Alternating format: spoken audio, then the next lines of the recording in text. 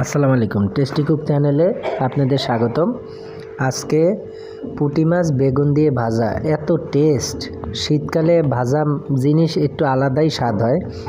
2-3 plate ভাত তো অনায়াসে দিয়ে খাওয়া যাবে। দেখতে থাকুন কী কী প্রসেসে করলাম এবং লাইক, কমেন্ট, শেয়ার, সাবস্ক্রাইব করবেন। Please please please subscribe to my channel. আশা করি আপনারা অনেক ভালোবাসেন আমাদের, আমরাও আপনাদের অনেক ভালোবাসি। সকলে ভালো থাকেন, সুস্থ থাকেন। আসসালামু আলাইকুম।